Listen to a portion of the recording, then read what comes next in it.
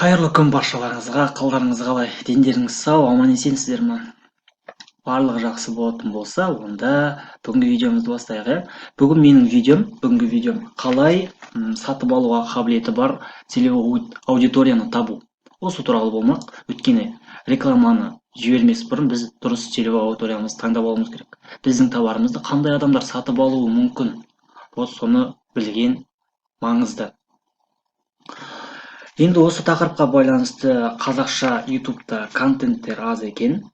Соны ескере отырып, осы видеоны жазуды дұрыс деп таптым.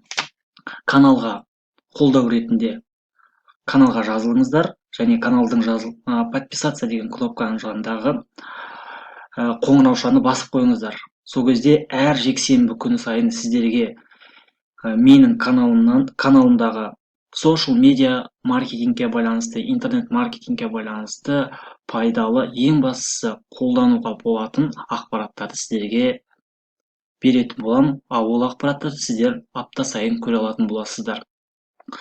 Ал ендеше кеттік. Маған жуырда бір заказ түсті рекламаға. Ол кісі онлайн интенсив ұйымдастырады екен жақында. Деньги есть деп аталады. Және ол кісімен сөйлесу барысында ол кісі маған мынандай информациялар айтты. Ол кісінің целевой аудиториясы 25 пен 40 жастағы әйел адамдар. Доходы ол кісілерде жоғары болу керек.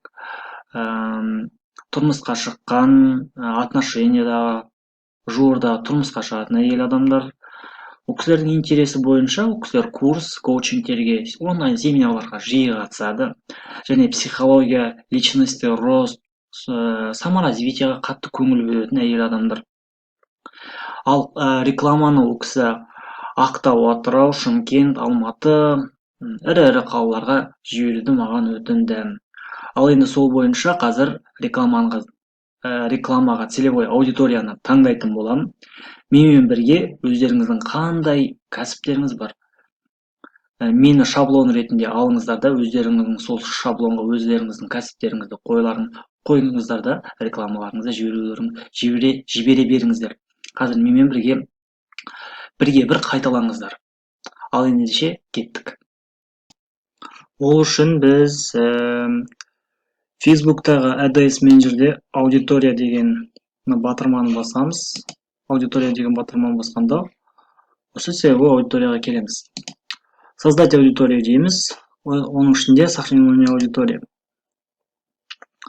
Сохраненная аудиторияның бастық.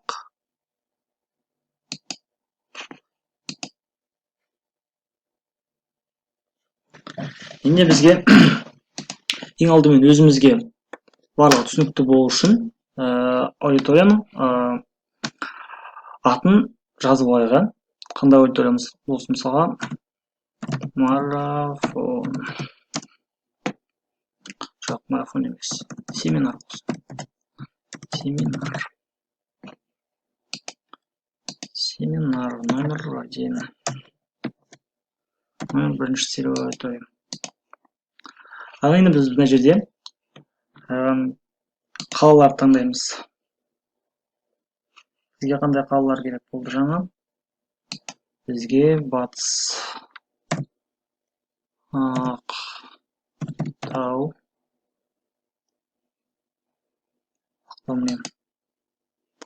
Ақтау қаласы. Әр қала, егер сіздің бүкіл Қазақстанға жіберсеңіз, Қазақстан деп жазасыз. Ал егер қалаларға жеке-жеке бірнеше қалаларға жіберетін болсаңыз, үстіп жеке-жеке өзіңіз қалаған қалаларды үстіп жазасыз. Мысалға Шымкент. Город Шымкент. Так, только текущий город болады бізде. Так.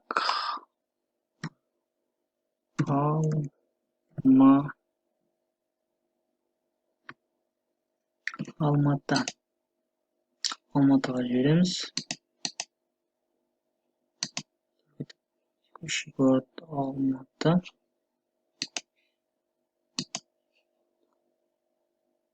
Так. Атырау қаласына жібереміз. Пока осы төрт қалаға жібереміз. Только текущий город болатын да тоже. Осы 4 қалаға жібереміз. Жалпы саны осы 4 қалада Instagram, Facebook қолданатын адамдар саны 3.800.000 адам.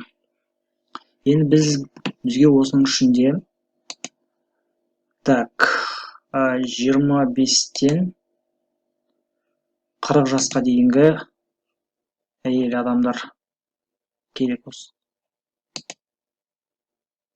Тек қана әйел адамдар.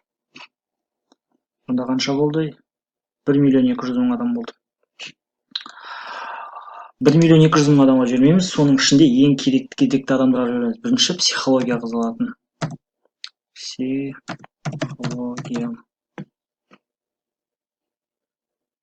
Так.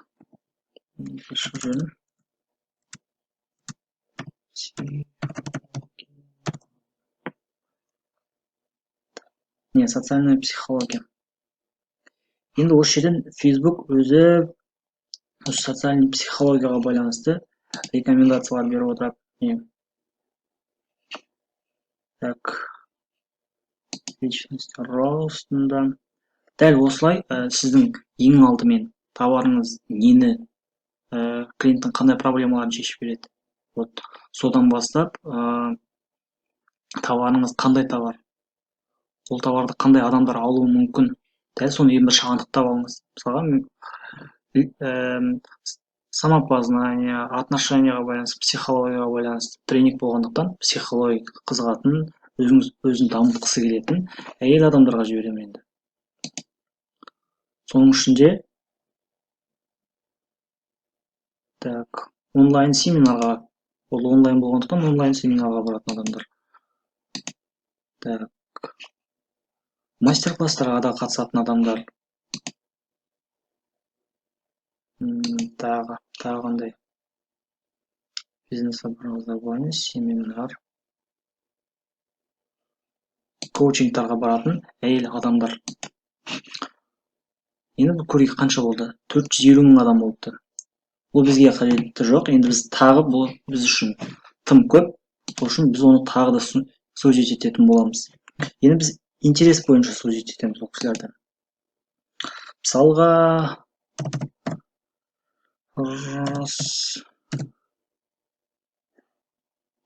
так. Бизнес-класстағы адамдар. Бизнес-класс интерес. Өйткені бұл семинар кішкене баға жағынан қымбаттау болғандықтан айлық табысы жоғары адамдарға көрсететін боламыз. Так. Тағы қандай мұнда? Так, предмет роскоши. Предпринимательство, интерестер. Так. Осылай нетеміз. Ал енді келесі поведение. Келесі тағы сузить етеміз. Қанша адам болды бізде мұнда? 390.000 адам болды да. Енді біз оларды тағы сузить етеміз. Енді сатып алуға қабілетті адамдар мысалға.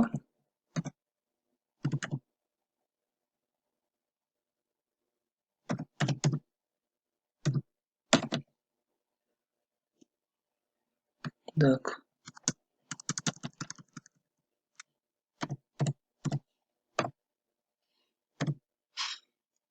Увлеченные покупатели.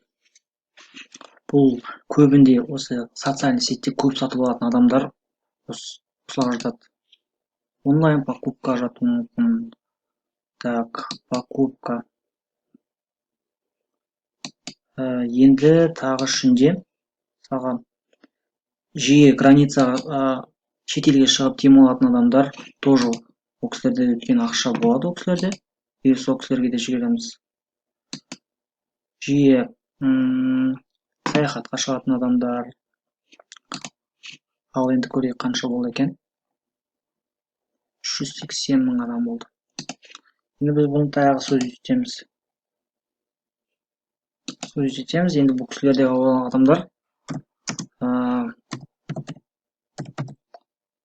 Бәкем. Тұрмыстағы әйел адамдар. Көбінде отношенияда.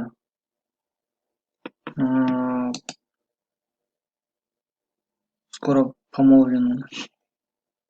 Скоро үйленетін әйел адамдар, тұрмысқа шығатын 84 мың. Міне, өстіп біз сузит еттік. Біз енді қалай сузит еттік қараңыздар. Басында, егер біз тек қана коучинг немесе онлайн семинарға қатысатын психологиясы бар әйел адамдар болатын болса, ондай әйел адамдар саны тым көп болды. Оның ішінде сатып алатыны бар, сатып алмайтыны бар. Курс, семинар қымбат болғандықтан, біз енді ол кісі кішкене ақшасы бар болатын адамдардың интерестерін бойынша интерестерді таңдадық. Мысалға предпринимательство, бизнес-класс. И оның ішінде сатып алуға қабілетті онлайн покупка жасайтын, осы инстаграмда көп сатып алатын, инстаграмда жиі отыратын адамдарды біз таңдап алдық. Соның ішінде шетелге шығатын адамдарды тоже ол кісілер шетелге шыққандықтан, ол кісілер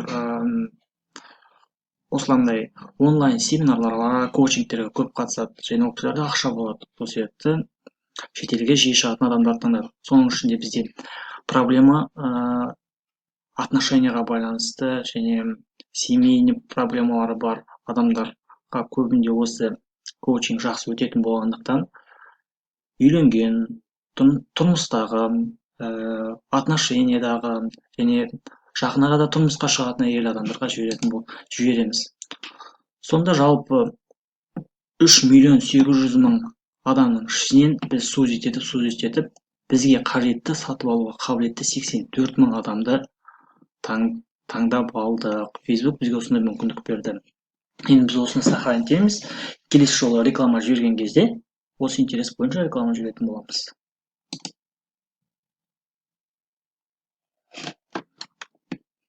Так, сохранить еттік. Міне, видеоны аяқтадық. Целевой аудиторияны қалай таңдау керектігін сіздерге өзімнің практикамда көрсеттім. Дәл осы шаблон бойынша, дәл осы схема бойынша енді алдағы уақытта рекламаларыңызды жіберіңіздер.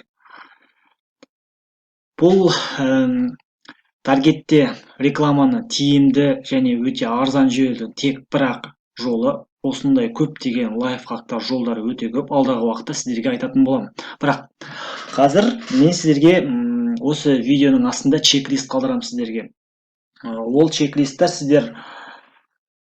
сіздерге бірнеше бизнесті қалай целевой аудиторияны таңдау керек және сатып алуға қабілеті бар адамдардың интерестерін сіздерге төменде қалдыратын боламын. Сол интерестерді интерестер сіздердің бизнестеріңізге сәйкес келетін болса, соларды таңдап реклама жібере берулеріңізге болады. Төменде ссылкада сол чек-листі алыңыздар. Келесі жексенбі күні кездескенше, қош сау болыңыздар, аман болыңыздар. Бірге өсейік, бірге дамиық.